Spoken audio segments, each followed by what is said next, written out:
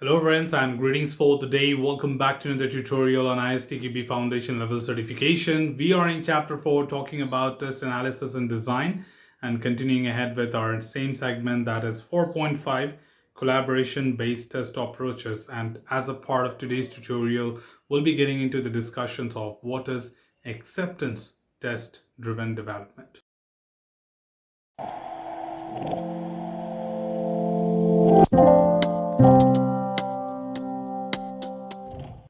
When it comes to the test approaches being used in Agile, we have three standard test methods or approaches, and that are called as TDD, BDD, and ATDD. TDD stands for test-driven development. BDD stands for behavior-driven development, which we have discussed in chapter 2 already. And now we have time to talk about the third one, which is acceptance test-driven development. However, acceptance test is a collaborative approach of writing test cases right from acceptance criteria, and thus it becomes one of the techniques in order to analyze the information at the same way design the appropriate test cases. The only difference here is that the tests are written first than the development.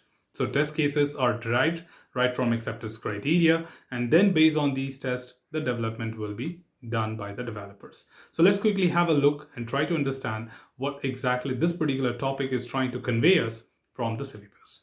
The first and foremost important thing is ATD is a test first approach. The test cases are created prior to implementation of the story. The test cases are created by team members with different perspective, which includes customer, developers, and testers. So, and anyways, as I just told you that it is a collaborative approach of writing these test cases. So it does not just include a business analyst or product owner to only alone write the test cases. However, it's a collaborative approach, so it includes the perspective of the business, developers, and testers put together in order to derive the test cases right from the acceptance criteria. Also, to add here, the test cases may be executed manually or automated, so it's not necessary that it should only be automated, but it can be executed manually as well. Now, the first step is, of course, is the specification workshop, where the user story and, that is, if not yet defined, its acceptance criteria are analyzed, discussed, and written by the team members.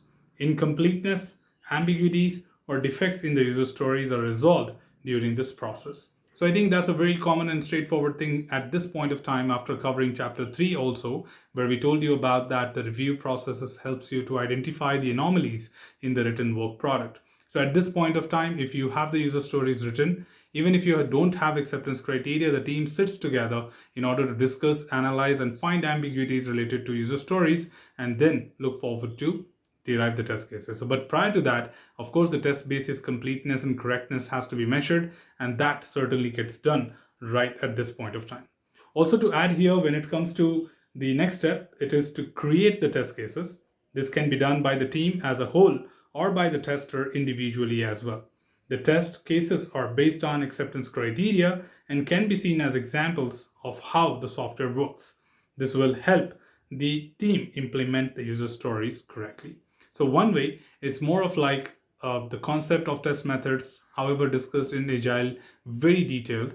But right here, all we want to let you know in a very crisp manner that why should we write test before development.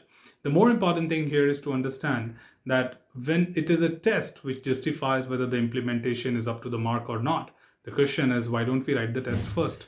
So if the test is written first, then certainly it will do the fulfillment of what the implementation has to be. And the developer has to stick to that particular reference, that what the test cases are trying to say. And based on that, I can look forward to continue further in terms of what exactly to implement so that the test cases passes. So of course, at the end, the test should pass in order to say the implementation is accomplished. So we just give the test initially before the development to the team in order to say, let's go ahead and implement it according to that.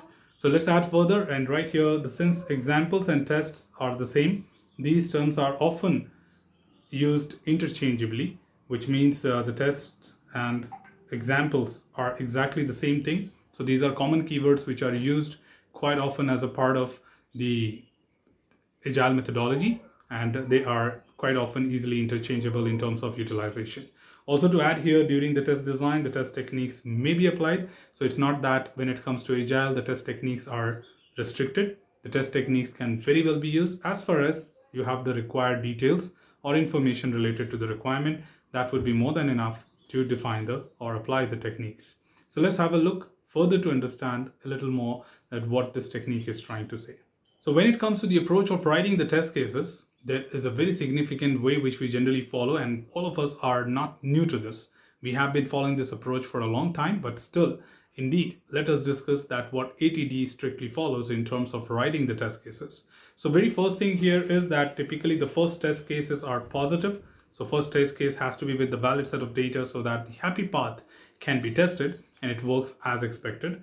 Second, confirming the correct behavior without exceptions or error conditions and comprising the sequences of activities executed if everything goes as expected. Also, after the positive test cases are done, the team should perform negative testing, and finally, the team should cover the non-functional quality characteristics as well, which includes performance efficiency, usability, etc. Test cases should be expressed in a way that is understandable for the stakeholders. So conclusively, of course, the test cases will always have the positive scenarios first. As far as the positive test cases pass, we look forward to run the negative test cases. If in case the negative test cases are not working fine, we certainly report the defects. But at the same time, we make sure that the test cases which are written, it should be written in a way that can be understood by everyone in terms of stakeholders. So it's not that we write high-level test cases. We do write some detailed test cases which helps any other stakeholders to understand them. Because in terms of failures, when we report a defect, there might be many other people who might be interested to go through your test case to understand how to reproduce a defect, or sometimes just to understand what was the reason for the failure. So it's very important the way you write the test cases in Agile is also going to cover the language which helps anyone else to understand about your test cases. Further to add here, of course, typically the test cases contain sentences in natural languages involving the necessary preconditions, the inputs and the post conditions, which is a generic protocol of writing test cases. However, the test cases must cover all the characteristics of the user story and should not go beyond the story. That means it should be limited and do specific, very specific to the point in terms of what exactly is needed to be included. Writing unnecessary aspects of a story would result into confusions and implementing something which may not be needed, which will turn into a longer duration as well. So it is, however, the acceptance criteria may detail some of the issues described in the user story. So it is very okay to talk about that the user stories can have issues related to what the challenges you can face on the way while implementing the story as well. Further to add, in addition, no two test cases should describe the same characteristics of the user story. When captured in a format supported by a test automation framework, the developer can automate the test cases by writing the supporting code as they implement the feature described by a user story.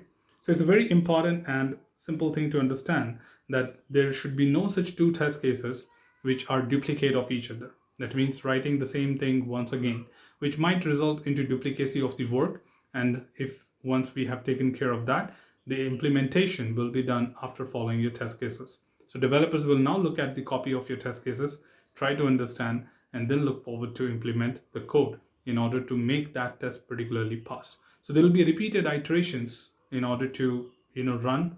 Failure will happen for the test, then the code will be refactored, then rerun, refactored, rerun till the test passes. So developers will work in a very tight loop in order to make the test pass, and as and when the test passes, the implementation is considered as done.